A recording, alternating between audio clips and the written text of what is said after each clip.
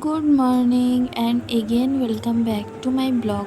অনেক দিন পর চলে এসেছি একটা বড় ব্লগ নিয়ে। যেহেতু অনেক দিন কোনো ব্লগ পোস্ট করা হয়নি, তোমরাও কেউ কেউ বলো আমাকে এই প্রশ্নটাই, তো সব কিছু ভেবেই চলে এলাম। বাড়িঘর ঝাড়ু, রান্নাঘর পরিষ্কার করে রান্না করা এবং ঘর গোছানো, সারাদিন কি কি কাজ করলাম এটাই তোমাদের সাথে শেয়ার করব। সকালে ঘুম থেকে উঠে মশারিটা গুছিয়ে বেডশিটটা চেঞ্জ করে নেব।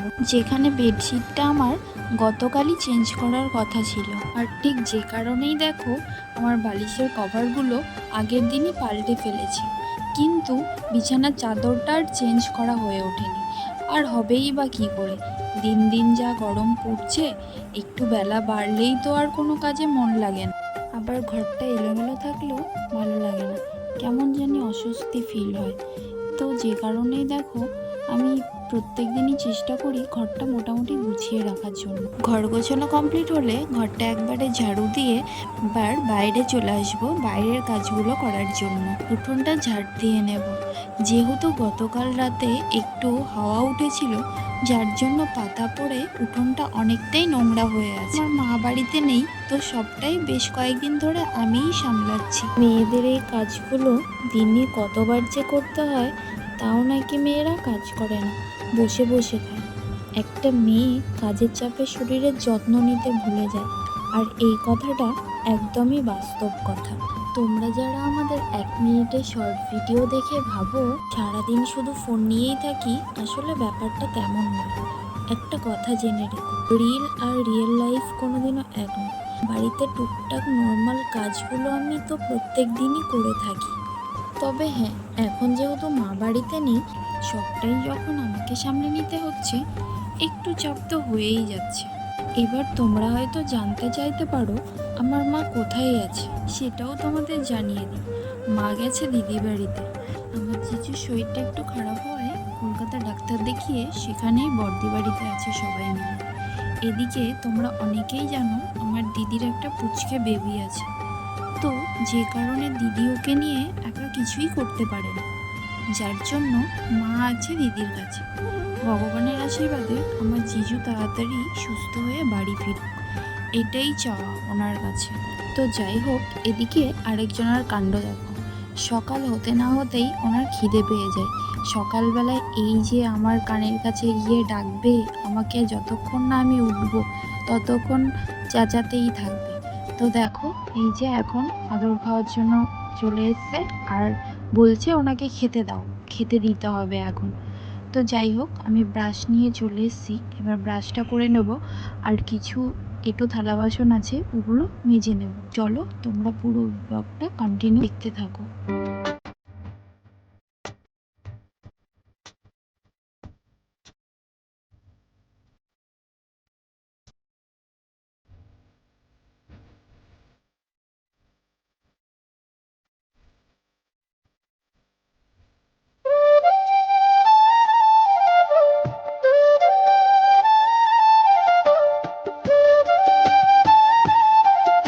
তো তোমরা তো দেখতেই পাচ্ছ, বেচারা আমার পাশেই বসে আছে, আমি ওর সাথে অনেক গল্পই করছিলাম। তো এবার ওকে খেতে না দিলেই নয়, তো ওকে এবার খেতে দিয়ে দেব। তো দেখো বাটিটা দেখিয়ে ডাকলাম আর ও দৌড়ে চলে আসলো। উঠবে না, এখানে এখানে উঠবে না, আমি দিচ্ছি। চুপ করে বস।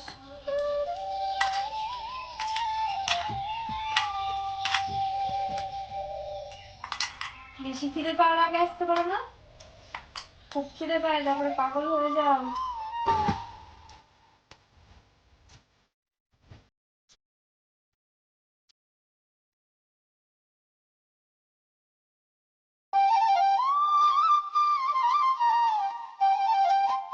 তো ভেল্লুকে তো খেতে দিয়ে দিয়েছি, এবার এদিকে কিছু আমার জামা কাপড় ছিল, ওইগুলোই ভাঁজ করে নিলাম।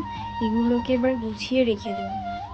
বেশ কিছু জামা ওয়ার্ড্রপে জড়ো হয়েছে, যেগুলো পরাই হয় না, ভাবছি সেগুলোকে বার করে বাদ দিয়ে দেব। তো আমার আলমারিতেও একটু জায়গা হয়ে যাবে। তো তারপর আমি চলে আসলাম রান্নাঘরে, এবার দুটো ডিম সেদ্ধ বসিয়ে দেবো। বাবা যাবে সকালবেলায় এই ডাক্তার কাছে, তো যার জন্য দুটো ডিম সেদ্ধ বসিয়ে দিলাম। আর আজকে আমার ডিম সেদ্ধ খেতে ইচ্ছে হচ্ছে না, যার জন্য দুটোই বসিয়েছি। তো এই দুটো এখন বাবাকে দিয়ে দেব, তারপর আস্তে আস্তে বাকি কাজগুলো করব, যাতে রান্না বাড়ার আর কোনো চাপ না থাকে।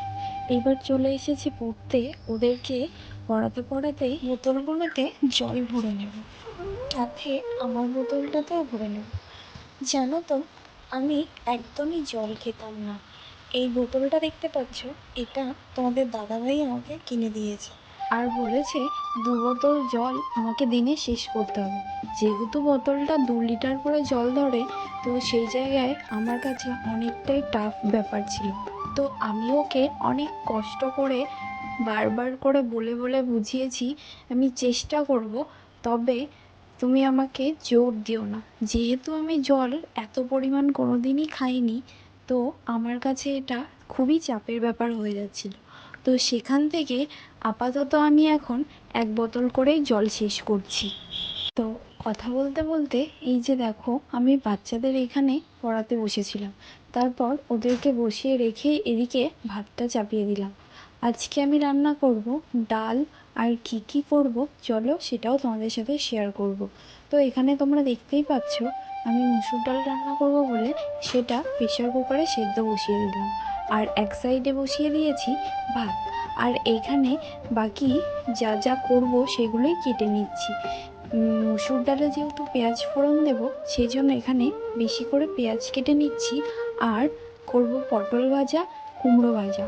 কুমড়ো ভাজার মধ্যে পেঁয়াজ দেবো, ছোট ছোট করে কাটবো বলে পেঁয়াজটাও একটু বেশি করেই দিয়ে দিলাম। তো দেখো, এখানে আস্তে আস্তে আমি সব কিছুই করে নিচ্ছি। তো চলো, তোমরা ব্লগটা কন্টিনিউ দেখতে থাকো।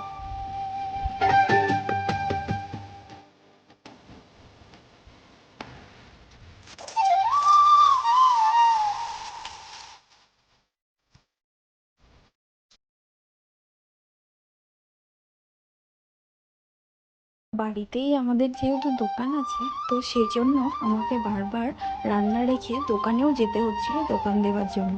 কেউ দোকানে আসলে ডাকছিল, আর এদিকে আবার এসে রান্না করতে হচ্ছিল।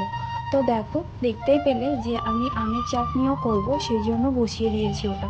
তো এত গরম পড়েছিল, যার জন্য একটু পর পর আমি ঘরে এসে রেস্ট নিচ্ছিলাম।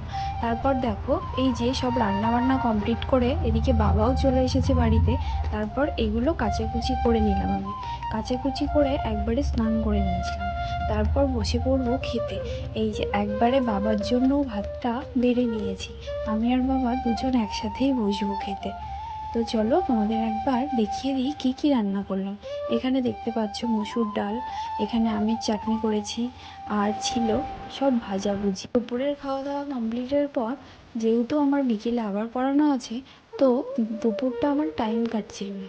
তারপর বাড়িতে বসে বসেই একটু মেহেন্দি পরে নিলাম, যেহেতু আমার কোন বাড়িতে রেডি করা ছিল, তো সেজন্য পরে নিলাম। তারপর একটু বিকেলে সন্ধ্যার আগে আগে একটু রেডি হয়ে নিলাম। এসেছিল নিরুদি, তো এই যে দেখতে পাচ্ছ, এটাই নিরুদি। তোমরা আগে দেখেছো হয়তো ব্লগে। তো ওর ছিল অ্যানিভার্সারি এই দিন, যার জন্য আমরা একটু বেরিয়েছিলাম। আমি আর নিরুদি মিলে চলে গেছিলাম একটা রেস্টুরেন্টে আমাদেরই এইখানে। তো সেখানে একটু দুজন মিলে খাওয়া দাওয়া করলাম। ট্রিটটা অবশ্য নিরুদিই দিল। তারপর আমরা এখানে খাওয়া দাওয়া করে বাড়ি ফিরতে ফিরতে রাত হয়ে গেছিলো। তো আজকের ব্লগটা আমি এখানেই শেষ করছি। কেমন লাগলো তোমরা অবশ্যই জানিও, আর ভালো লাগলে অবশ্যই like, comment, share and subscribe অবশ্যই করে দিও। দেখা হবে আবার নতুন কোনো ব্লগের সাথে। ততক্ষণে সবাই ভালো থেকো, টাটা।